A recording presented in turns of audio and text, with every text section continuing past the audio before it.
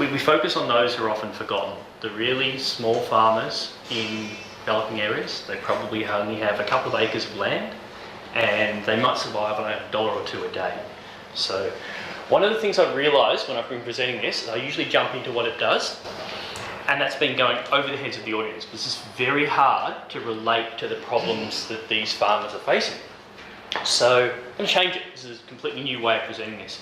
I'm going to talk about a couple of people in our pilot projects. We're working in 3 countries at the moment: Kenya, Myanmar, which is some of you might know as Burma, and Papua New Guinea island of Bougainville. So we've got a guy in our pilot in Kenya. His name's Murari. He's got his farm about 12 years ago from his father. It's about 4 acres. He's got a wife, a couple of young kids. He's been trying. They grow enough food on the farm so they can eat, but he's been trying to farm wheat. Now there's big commercial wheat farms nearby, and I grew up on a wheat farm. Those farms get 2 crops a year of 26 bags an acre. That's unheard of in Australia. He's been trying to farm for 12 years. He's never really made money out of it. So he farms a bit and then he goes off into Nairobi or somewhere. This is a beautiful city at the base of Mount Kenya, Nanyuki, where we're working. So he has to leave his family to get money to pay for extra stuff to survive. Now, we looked at what's actually happening when we started this pilot, and we realised that half of Murali's problems is very simple inefficiencies that we wouldn't understand because you just go and solve that.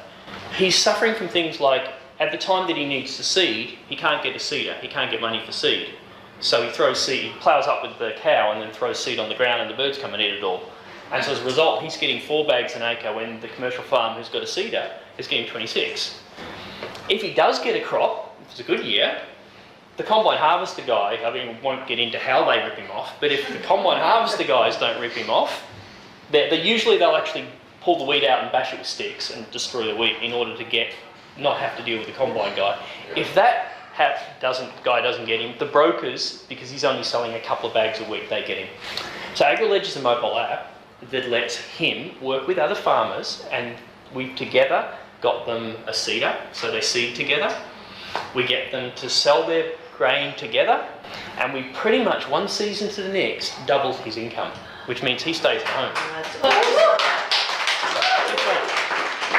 So I'll tell you the other story, which is even better. So Ursula, who's in Bougainville of New Guinea. So some of you might remember the civil war in Bougainville. Ursula lost her husband and 2 children in that. She's got 2 sons left and they're sort of getting to teenage years. They've got a couple of hectares and they've got coca trees. So, and it's pretty good coca. And this is a very common story in Bougainville. Her 2 sons won't bother to farm because when they help with collecting the coca, half the time no one comes and buys it and it wastes on the ground. They've struggled. Like if they harvest it all, they might get $200 a year for the family, which is kind of okay money in Bougainville. They can sort of survive on that with the farming and stuff.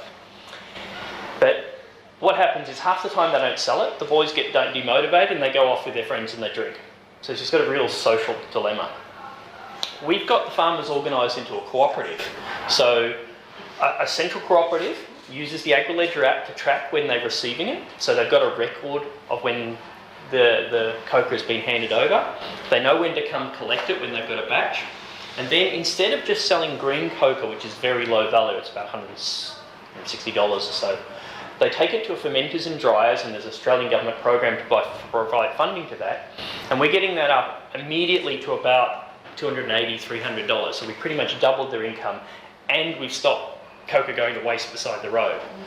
Then we're working with another guy with a model in Vanuatu who's, long story short, we're going to get him up well over $1,000 a year within a couple of seasons from this. And this is happening in our 2 pilot studies in Kenya and Bougainville. Coffee in Myanmar is even more complicated, but same thing. Pretty much in all these cases, we've discovered that the access to a little bit of technology and a way of effectively accounting transactions, which is too simple for us to understand, can take farmers who are struggling to survive and transform the whole community. Because once the farmers start to produce, people stay in the area, social problems go away, they can afford medicine, and the application then plugs into microfinance and other things. So there's a whole little ecosystem that fits around this. So a quick story about how this got together. I was doing one of the most evil jobs in the world, and so was my co-founder. I'd worked in investment banking at Goldman and Lehman. I was at Lehman for the collapse, and of all things, I ran finance technology throughout Asia. And then I was in market data and Standard Chartered. I was global head there. My co-founder was a lawyer for VC firms, so we've come from some of the most bad. We attended a hack. We were developing some banking technology, and last year on this day, August the 10th, we were at a hackathon in London. Hackathon, sort of a coding competition, and AgUnity were conceived at that event, and we won a Singularity University prize. Singularity, a good deal.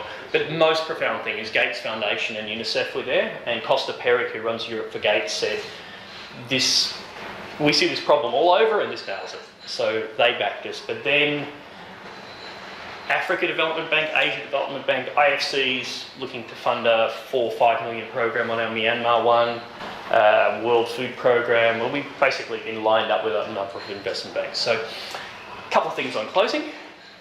We're overwhelmed with little sub-projects. There's already been 5 companies that have spawned around AgriLedger.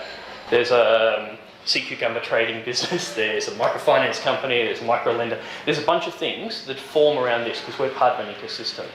It's a great opportunity for people to start a business that can go global because we're in 3 markets, we're going to 3 more very soon, and we're taking those 3 markets out to thousands of farmers very soon. We have a very big foothold.